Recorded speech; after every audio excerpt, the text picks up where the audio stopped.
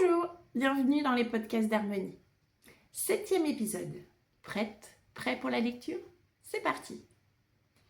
Même si j'avais pris le temps patiemment de construire ma vie de famille, je me suis peu à peu enfermée dans mon rôle de maman, mon plus beau rôle. Car j'ai eu la chance d'avoir du temps pour mes 2 enfants, mes 2 trésors. Comme si à force de donner, je m'étais oubliée. Je ne savais plus faire autre chose. Mes journées tournaient autour des enfants, de leur rythme, de leurs besoins, comme si le reste n'existait plus ou n'avait plus d'importance. Mes rêves personnels, ils n'étaient pas morts, non, mais ils s'étaient recroquevillés en moi, silencieux comme des oiseaux qui n'osent plus battre des ailes. Je n'avais plus l'envie, ni peut-être le droit, pensais-je, de les réaliser. Je m'étais persuadée que c'était ça, être une bonne mère, une bonne épouse. Sacrifier doucement les morceaux de soi, un à un, sans bruit. Il m'arrive certains soirs de me demander si un jour mon père ou mon frère poseront enfin sur moi ce regard dont j'ai tant rêvé. Un regard fier, doux, véritable. Un regard qui dirait que j'ai réussi, que je vaux quelque chose. Quant à ma vie de femme, elle s'était effacée dans les plis du quotidien. Les relations sexuelles avec mon mari étaient simples, routinières, presque mécaniques parfois. Mais elles me suffisaient, ou je croyais qu'elles me suffisaient. Elles étaient ce petit fil, ténu, mais solide, qui nous reliait encore. Ce fil qui nous permettait d'affronter ensemble la lassitude des jours identiques, des enfants qui demandent tout, le travail, la fatigue, les responsabilités. Je tenais bon, persuadée que c'était normal, que c'était ça, la vie d'adulte. Une vie rangée, maîtrisée, qui avait perdu ses éclats mais gagné en stabilité. Sans comprendre encore que, quelque part, je me perdais un peu plus chaque jour. Malgré mon passé tumultueux, malgré la jeune femme libre et insoumise que j'avais été, jamais, pas une seule fois, j'avais eu envie de le tromper. Durant les 19 années que nous avons traversées côte à côte, c'était presque instinctif. Lui, c'était mon choix, mon refuge, ma famille. Et pour moi, la fidélité n'était pas une contrainte, mais un fil conducteur, une évidence. Je peux dire sans détour que je consultais le menu, mais que je ne consommais pas. Parce que oui, je voyais les regards. Je percevais parfois les possibilités. Mais je n'avais ni le besoin ni l'envie d'y répondre. J'étais droite dans ma trajectoire, convaincue que la loyauté était l'un des piliers les plus sacrés d'une relation saine. Et comme à mon habitude, je vais vous dire le regard de la sexothérapeute. Mon regard sur ce passage de livre. Il y a plusieurs choses qui se passent pour cette femme. Et ça m'amène à souvent cette question qui revient dans les séances avec des femmes. Je ne sais plus qui je suis. Elle est dure cette question. Même si je prends côté féminin, je sais que côté masculin, elle peut se poser aussi. Pourquoi cette question ? Parce que à travers tous ces rôles de maman, d'épouse, d'employée, d'entrepreneuse, toutes ces casquettes, beaucoup de femmes se perdent. Elles se perdent dans leur façon d'être. Elles perdent leur essence même de qui elles étaient, de la femme qu'elles étaient avant de rencontrer leur mari, le père de leurs enfants, la femme qu'elles étaient avant d'être maman. Et c'est des situations très culpabilisante, très honteuse, encore aujourd'hui. Parce qu'il y a cette pression sociale, familiale. On revient sur le transgénérationnel aussi, qu'une femme est capable de tout faire et d'être heureuse parce qu'elle porte tous ses rôles. Puis on se rend compte que un être humain, quel qu'il soit, homme ou femme, n'est pas capable d'assumer parfaitement, et on ne demande d'ailleurs à personne d'être parfait, même si la société nous pousse à l'être, on ne peut pas parfaitement avoir tous ces rôles-là. On se rend compte avec les années que on fait comme on peut, avec les outils qu'on a.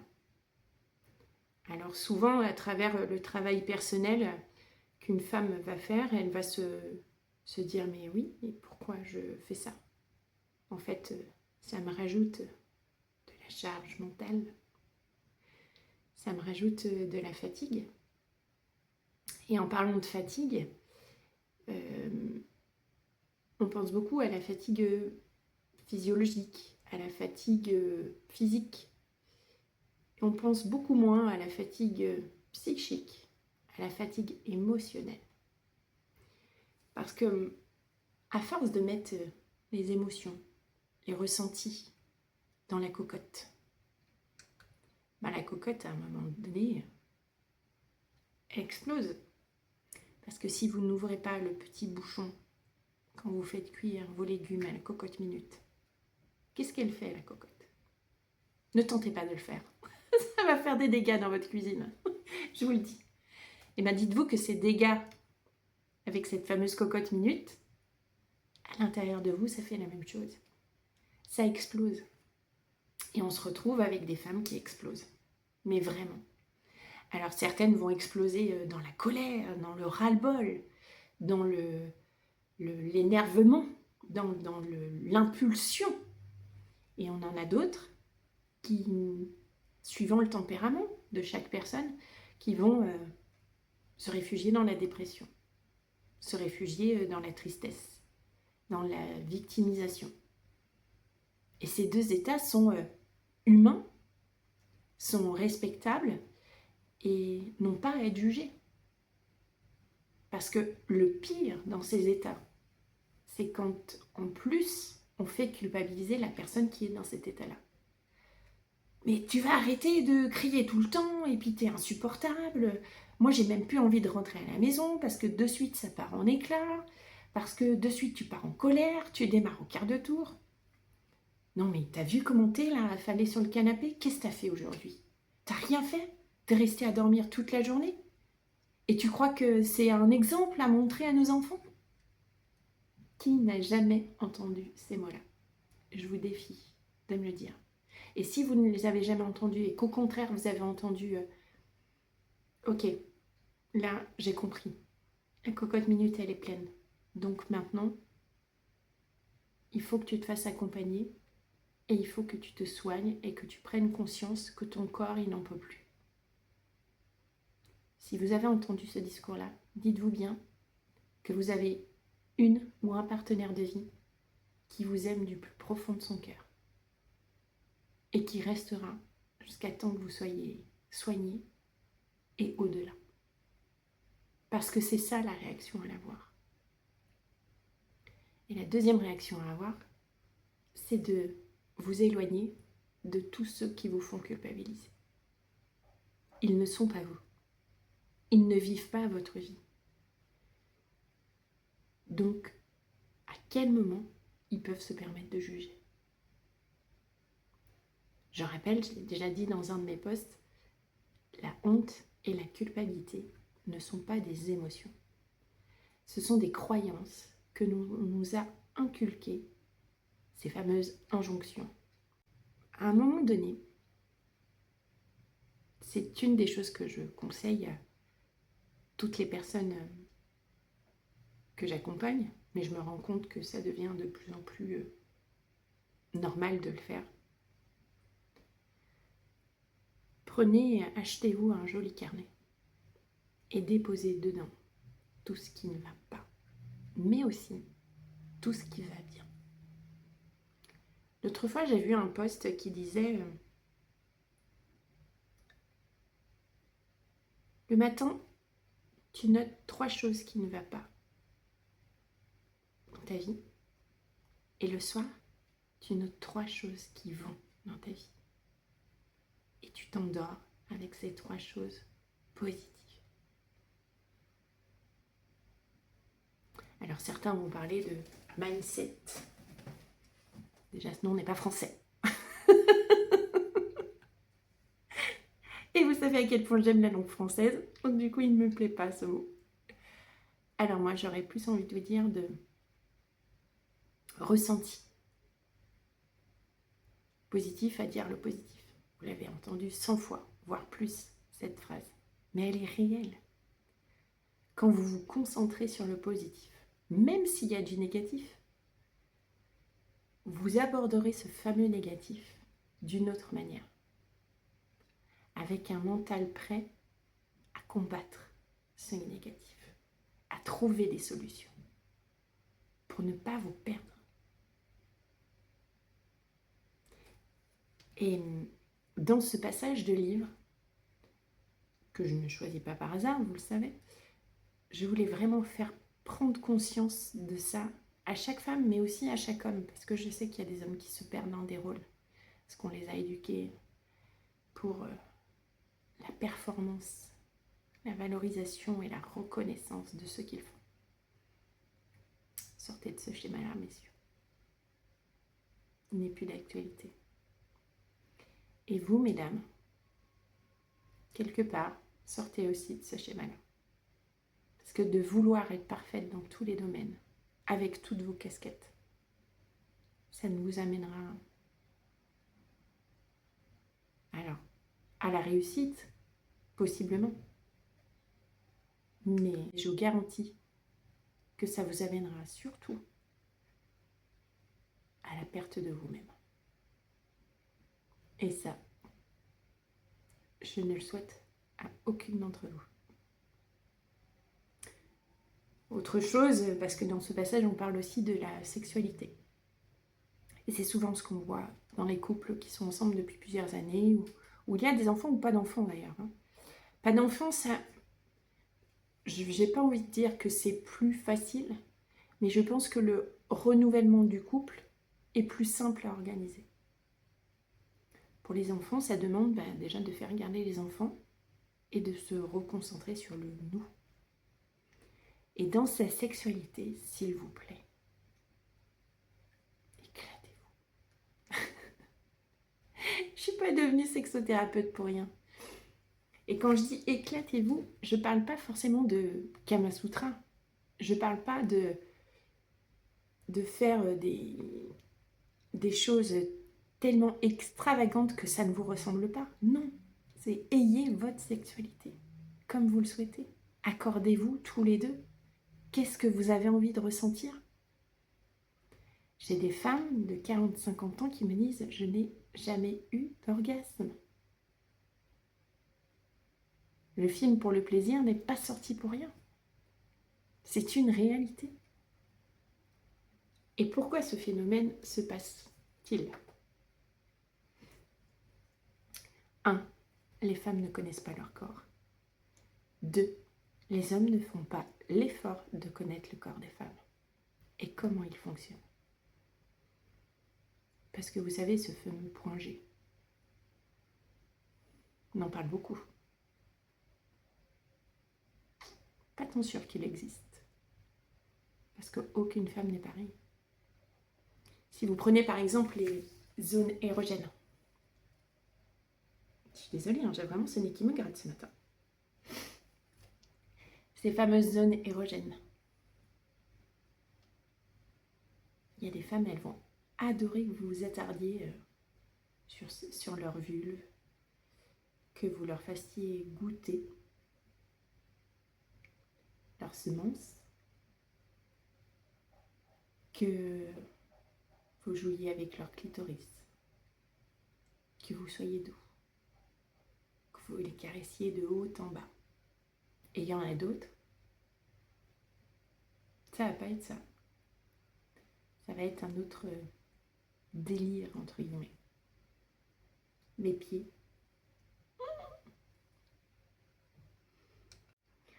On n'en parle pas beaucoup de ces pieds. Et finalement, c'est une zone érogène comme une autre. Il y a des femmes qui vont aimer prendre le temps, qui vont préférer passer des heures dans les préliminaires et très peu de temps dans l'acte en lui-même, dans la pénétration, qu'elle soit vaginale ou anale. Il y a d'autres femmes qui vont aimer plus de temps de pénétration. Et tout ça, ce sont des femmes qui prennent le temps de se connaître, avec des expériences, évidemment. Et on peut avoir 10 000 expériences avec le même partenaire. Il faut juste s'accorder, encore une fois, et communiquer. Et on va avoir des hommes qui vont prendre le temps d'écouter. Et s'il vous plaît, messieurs, prenez le temps d'écouter et incitez votre partenaire à se connaître. Ou découvrez-vous tous les deux. Et pour ça, il faut du temps. Il faut prendre le temps. Et dans une société où on nous met tous les outils pour que tout aille plus vite, comment on arrive à prendre le temps? Pas simple, hein. Mais je vous incite à le faire. Pour votre vous. Pour renouer avec votre nous. Avant la question habituelle, je voudrais juste insister sur ce point-là. Mesdames, à force de ne voir que vos casquettes et d'oublier qui vous êtes, c'est bien beau de s'occuper des besoins des autres. C'est tout à fait honorable de votre part. Et j'espère que vous avez la reconnaissance que vous méritez par rapport à cela. J'espère aussi que vous le faites par amour et pas par obligation.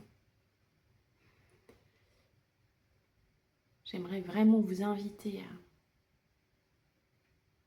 vous recentrer sur vous. Parce que, et je ne vous le souhaite pas, si un jour on vous enlève cette casquette d'épouse, de compagne, vous êtes qui, vous? Est-ce que vous êtes capable de savoir vivre toute seule? Est-ce que vous êtes capable